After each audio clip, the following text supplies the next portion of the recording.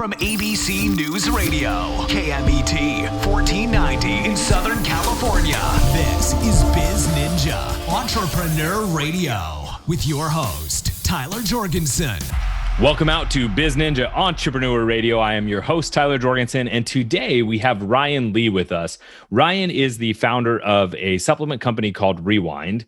He is the founder, seller, and re-owner of a really cool website called Freedom, FREEDYM.com. He's done a lot of amazing things, including the fastest workout video. I don't know what that means yet, but Ryan is known for doing marketing a little bit different, keeping things simple and just caring about humans. So welcome out to the show, Ryan. I appreciate it, Tyler. I am here. I'm ready to rock the Biz Ninja, baby. I love it. Here is my first question. I think this will start us off, and we're going to go back and we're going to go forward, and we're going to spend some time in the 80s and in the future. When did you first know that you were an entrepreneur? You know, I knew I had an entrepreneurial sense, and we are talking 80s. Back in 85, I was 13, obsessed with baseball cards, and I started a baseball card business. And because it was just a hobby at first, and then I actually took out ads in magazines. People would, I on a typewriter, I typed out a whole price list of all the cards, and people would mail me checks and cash. And I would mail out baseball cards. I even would have people come to the house. It was kind of weird because I had all the baseball cards in the basement, and my mom would be like, "Ryan, there's a 35-year-old man here who wants to see you." And I'd go down to the basement. So that was when I just loved the idea of starting my own business. I didn't know if I wanted to do that for a living, because then I went to college for recreational therapy, and I worked in a children's rehab hospital for 6 years, and I was a gym teacher. But I always had that entrepreneurial spirit, though. I love that. And so I think growing up in the 80s gave a really cool time for entrepreneurship, because problems weren't necessarily as easy to solve as they are now, right? Like, you had to be way more resourceful. And so I think it allowed for entrepreneurs to really like rise to the top, because you were being more creative. I mean, that was back in the wax pack baseball card days, where like we thought they were all going to be worth tons of money, and now we're just sitting on them. But we had a good run in the 80s, and then no one now is excited about a 1983 Willie Randolph tops. Right. Like, that's just not selling. Baseball cards, sports cards have had a big resurgence now with the break into packs and the one out of one cards going for $500,000. But the old stuff, not a ton of value. Yeah, but you definitely had to be resourceful. But then I started my first online business not that far after in the late 90s, like 98, 99. And even back then, you had to be resourceful. It wasn't like it is today.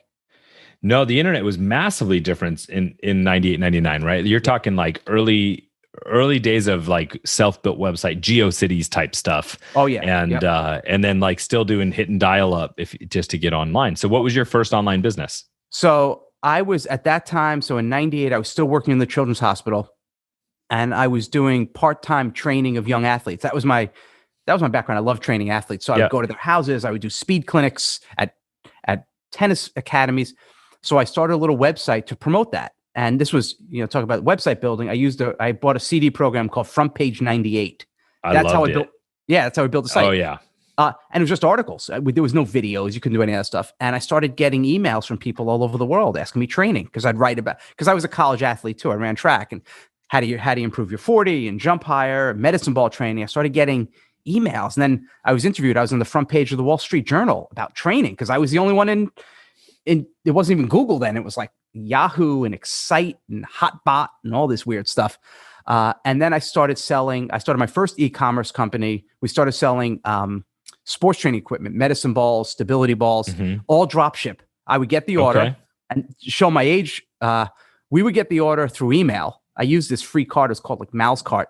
I'd have to go to the bank, print it out, and then they would actually take that like hand swipey thing. Yep. And then the money would be deposited into my account a couple days later, and then I'd email the order to the company, and they'd ship out the equipment. It would take like 2 weeks, but that's how. And I did that for years. And I remember one day I made like $1,000 in a day, and I was working at the hospital making like $700 every other week. So this was life-changing money. Yeah. Then I started charging. People started asking me about creating programs. I was charging like $100. We create a full 6-week or 8-week training program. And that's kind of how it all got started. It's interesting that you got started in kind of from the health and wellness side of things. You still do a lot of that. That's still a big part of what your business is. Rewind is kind of named as or focused on as a great tasting greens product, right? But you have other products and stuff too, right? What led you to launching the Rewind company, right? And getting that going. So I had started years before that. I had actually had 2 other supplement companies. So for years, I was really early in the online sports and fitness, and I created the world's first sports training membership site. So then other fitness pros started asking me, how do you build an online business? I'm like, well, I'll teach you. I loved it. Cool. I'll help you. And then for a while, I kind of was the guy for teaching fitness professionals how to market online. So every big online fitness guy was either one of my original clients or a client of my client. Right. And they call me the godfather of fitness market, which is freaking bizarre because I'm not 90. But right. So my first supplement company, I was the back end for all the online people. And we did really, really well. Had a couple partners I brought in. Then we had another supplement company that did well. We ended up closing those down.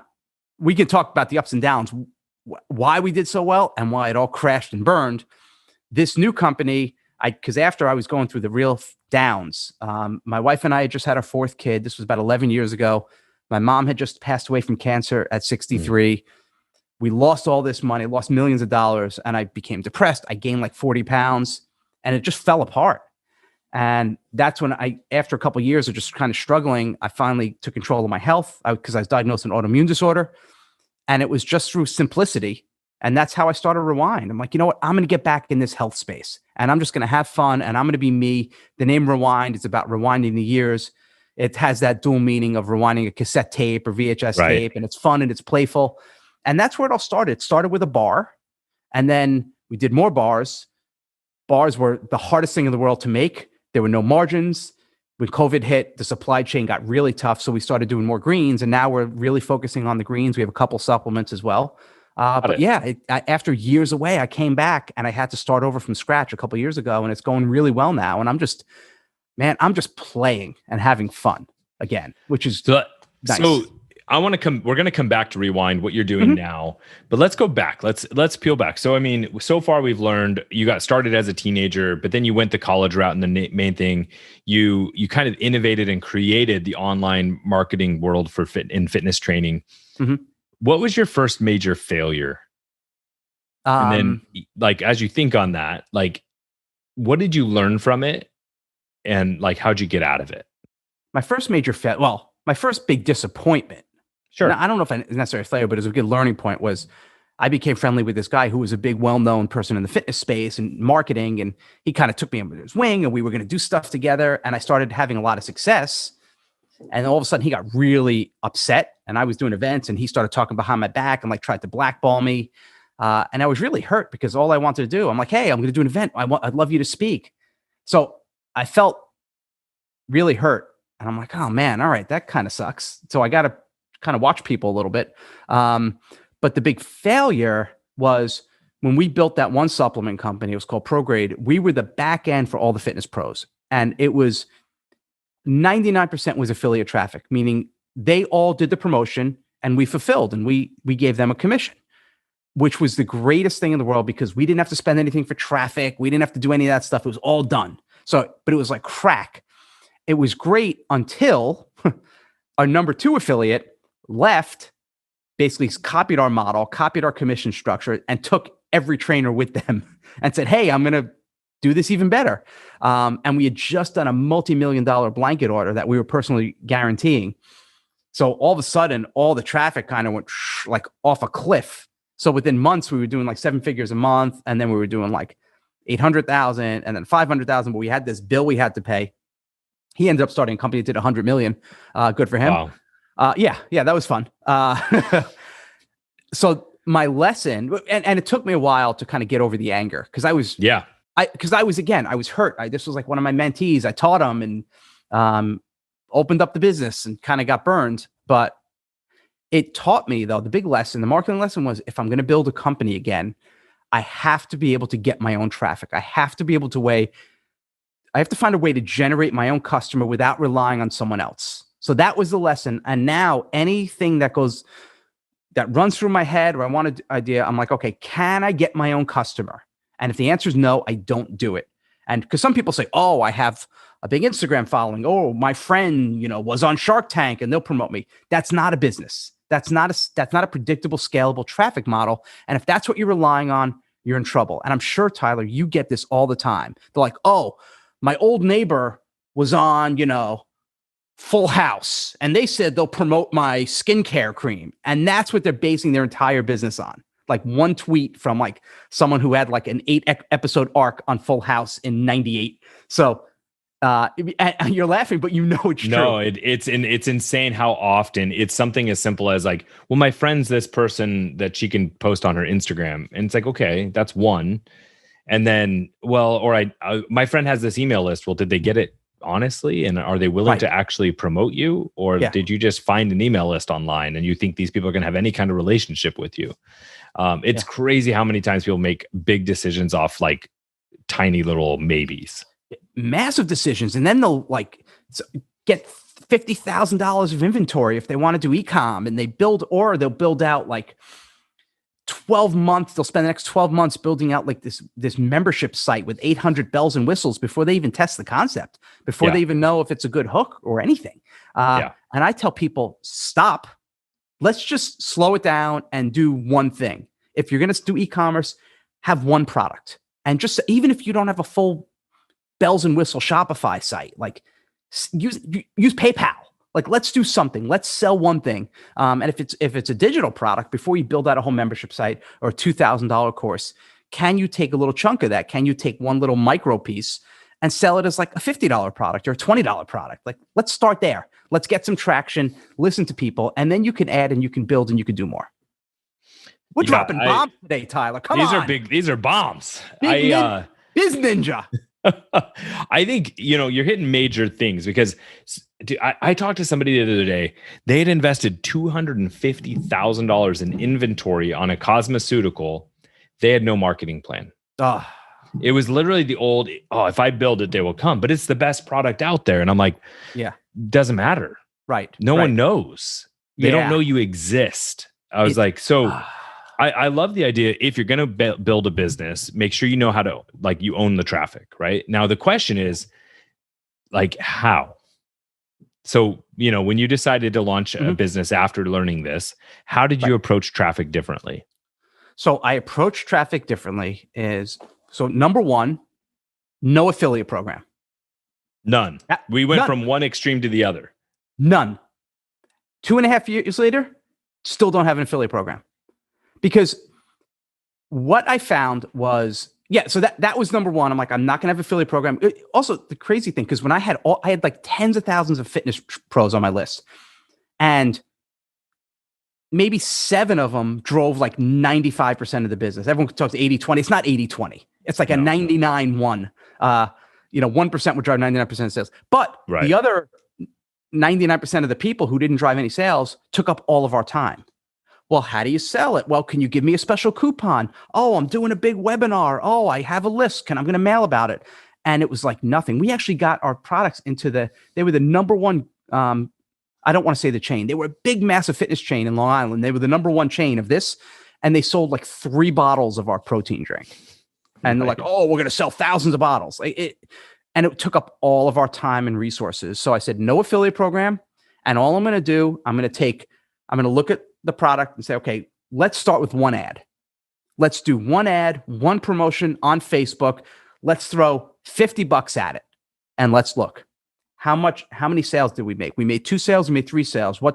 How much did it cost to get a sale? Okay, how much is that customer worth? All right, well, we're breaking even. Good. Let's spend another $50. Let's tweak it. Maybe let's add an upsell. And that's it. And you just kept kind of rolling and rolling and rolling. But that was it. It's everyone looks, they want to scale before they even crawl. And I'm like, stop trying to scale. Like, let's just try to sell a couple of products. So that was it. That was our whole model. I'm like, let me start with Facebook. And now obviously Facebook and Instagram are together. So you could roll them on the same platform in one thing. But that was where we started. And then once we were able to do that and get good positive things, now let's start looking at Google. Right. And now we're at the point where now I'm starting to look at more email traffic because there's a ton of traffic with email, which people totally neglect, and even native networks. So, but one thing at a time, one channel at a time, and grow it. I think it's interesting when people that have been around a long time versus people that are starting now, right? There's pros to both, right? There are some huge advantages to starting now. Things are easy. You can get in front of people in a way and a targeting that you just couldn't do before. Oh my God. The challenge is it's so easy you don't have to learn how to do it. And so people are like skipping the fundamentals of micro testing and being more strategic. But really, like, I'm a big believer of learning from the other mistakes of others, right? Like, and then also learning and iterating on our own mistakes. But like, there are people like Ryan and myself who have done businesses and had to like make big mistakes. Man, don't make those same ones, right? So I love that idea of like starting small. And I really like the 99-1 idea of like, not everyone that says they can help you with your business is worth the chasing, right? Or they're not all the same. And I'm trying, I am the most optimistic person in the world. You could tell, I mean, I still get screwed over every day because I'm so like, I'm so gullible. I'm just like, hey, because I'm so trusting. But so I'm trying not to sound pessimistic, but so many people that they want to do the right thing and they think they're doing the right thing, or they think they're going to help you, or they think they're going to get traffic, are just wrong. And they're so off on the numbers. They're so off on the numbers that it's unreal. And we buy into it. So so start small and just take it one step at a time. And it's also, it's funny you mentioned the idea of like the fundamentals.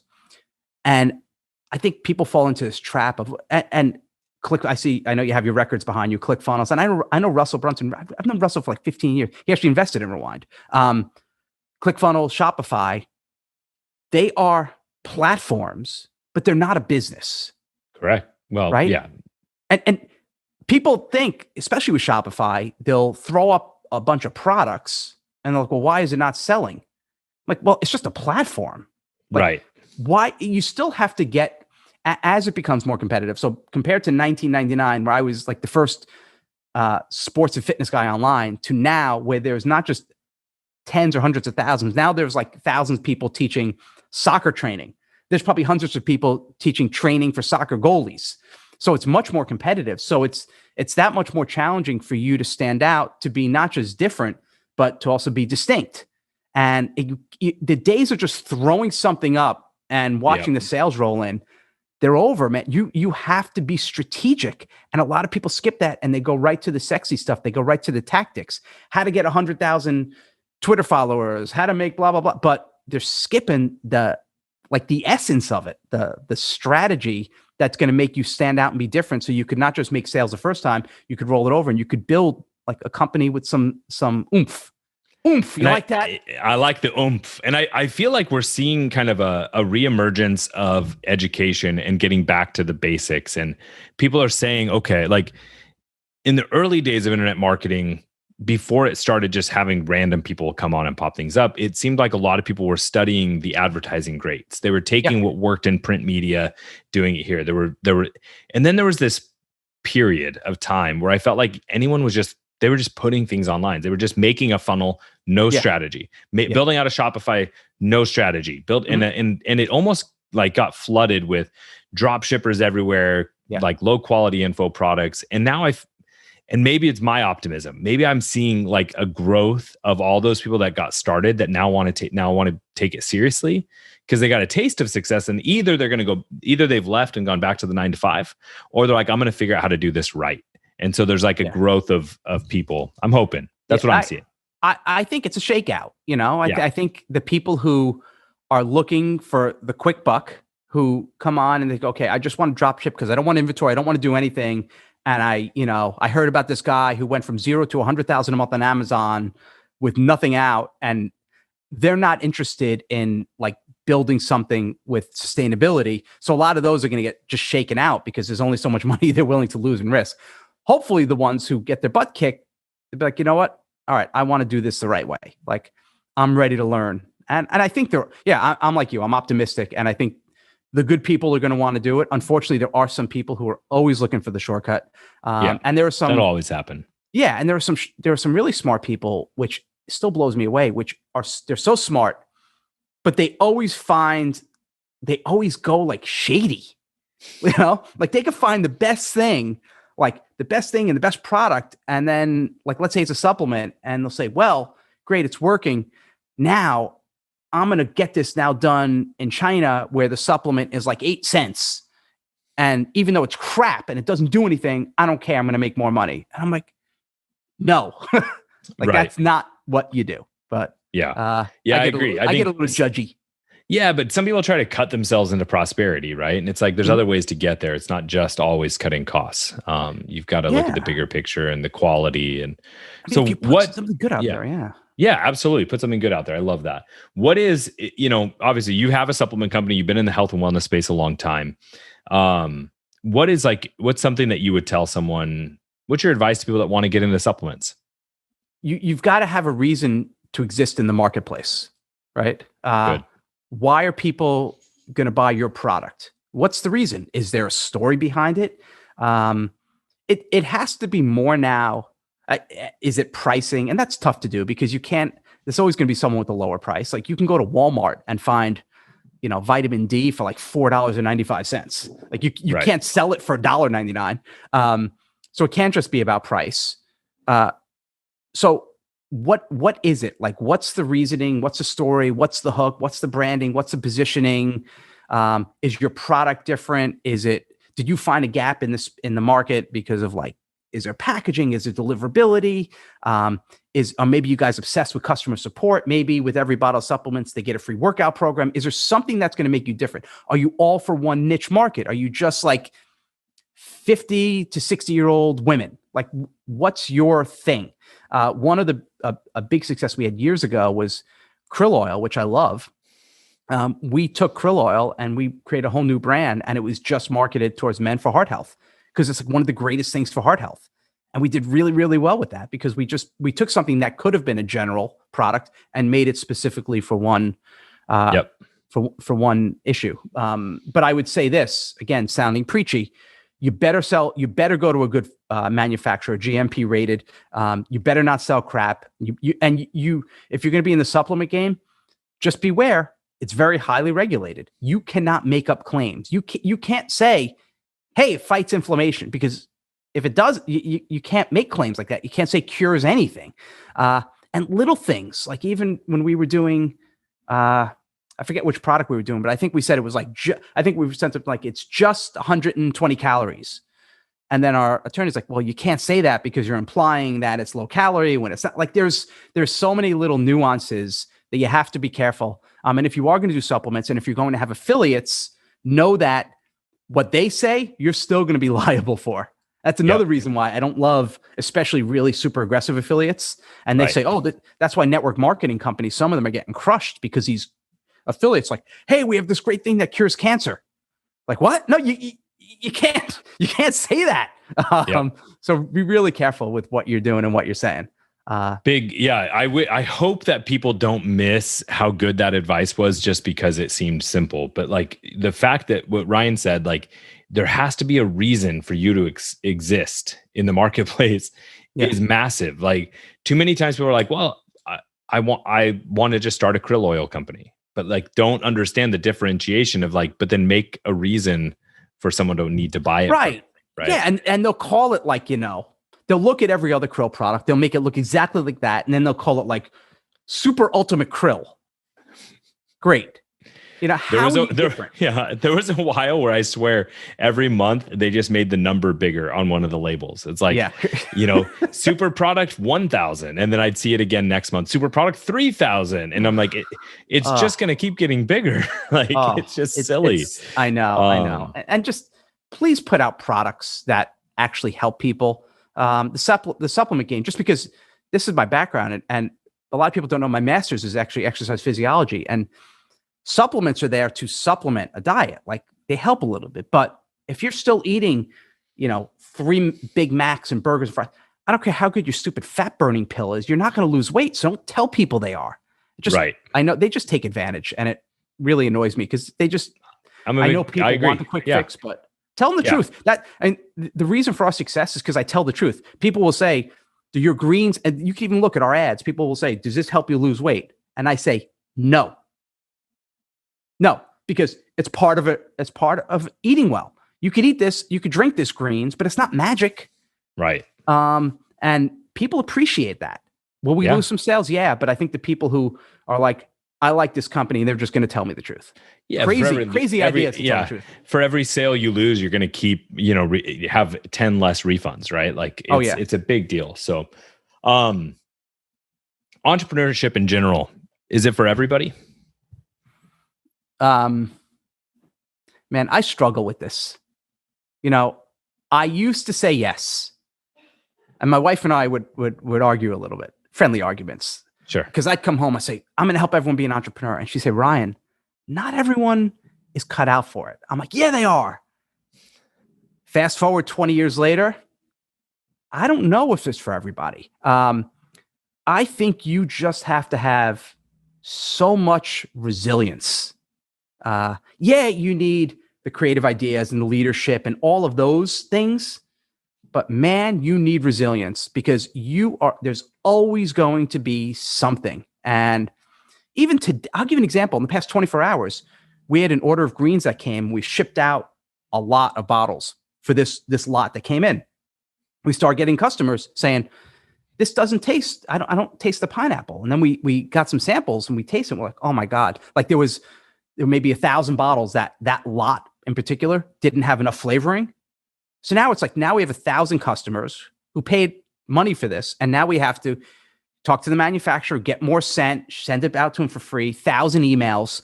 It's like, you just want to but you don't give up. You get up there, you smile, you tell the truth, and you just got to keep going. And there are some people that are better off as like a number 2 in a company or a number 3. Yeah. And if maybe you're really, really good at analytics and spreadsheets and blah, blah, blah, then you probably shouldn't be running a company where you have to come up with creative stuff unless you're hiring someone else to do that. You have to really, really want it. So I don't think it's for everybody. I don't. And there's no shame in quitting. Everyone, Vaynerchuk, do it till you die. And if you're not successful, you're not working hard enough. And that's not true, because sometimes I totally agree. Yeah. Sometimes you're either not doing what comes to you naturally, you're not in the right fit, or you have a really crappy idea. Like, let's get real, right? Yeah. I mean, again, someone saying, so yesterday I was on one of these Shopify Facebook groups. I like to come in and just help people. And this guy's selling watches. And it was the most generic looking thing. He was selling watches for like $400. No one ever heard of it. There's no story. There's no why. And he's like, I've got a couple thousand visits and no sales. Shocking. I'm like, well, yeah. I'm like, there's nothing there. So if he would have listened to people, like, just keep working harder, he would just keep putting more money into traffic, but he wouldn't have any different results. Like, no, you got to step back and you really have to put yourself in the mind of the customer. And we don't do that enough. We're so obsessed with like the funnels and the other stuff. We're not thinking about how that customer is and what they're really thinking and what their real problems are. I know everyone says, find a problem and solve it, but that's just lip service. They're not really doing that, So I think we have to just go deeper. And if it's not for you and you're trying, it's not working, it doesn't feel right, then there's no shame in letting it go, or trying something different, or shifting or taking a number 2 position. Maybe you're really good at traffic. So maybe go with a company that's growing and run their traffic. Yeah, I echo all of that. I think you nailed it. I think you got to fail fast. You got to be willing to move forward. And I think, and sometimes, like you said, someone's more of an entrepreneur or fits in. They have the entrepreneurial spirit, but maybe they're not the right role. And I think there's also a big difference between, business owner and an entrepreneur. I think there's just a different approach to it all. I agree. Ryan, I really appreciate it. I hope everyone, guys, go check out the new relaunched Freedom. It's FREEDYM.com. You can also find Ryan at his website, ryanlee.com, and check out his supplements at Rewind, which is just rewindco.com. Yep. But Ryan, you are the man. Appreciate you coming out on the show. I appreciate it. You the man, Tyler. And thanks for having me on Biz Ninja, everybody. That's it. Now, all my Biz Ninjas, wherever you're listening, it's your turn to go out and do something. Thank you for listening to Biz Ninja Entrepreneur Radio with Tyler Jorgensen. Please make sure to subscribe so you're first to hear new interviews and episodes. If you found this podcast to be valuable, please share it with a friend. Don't forget to visit our online dojo at bizninja.com to claim your reward for listening to the show.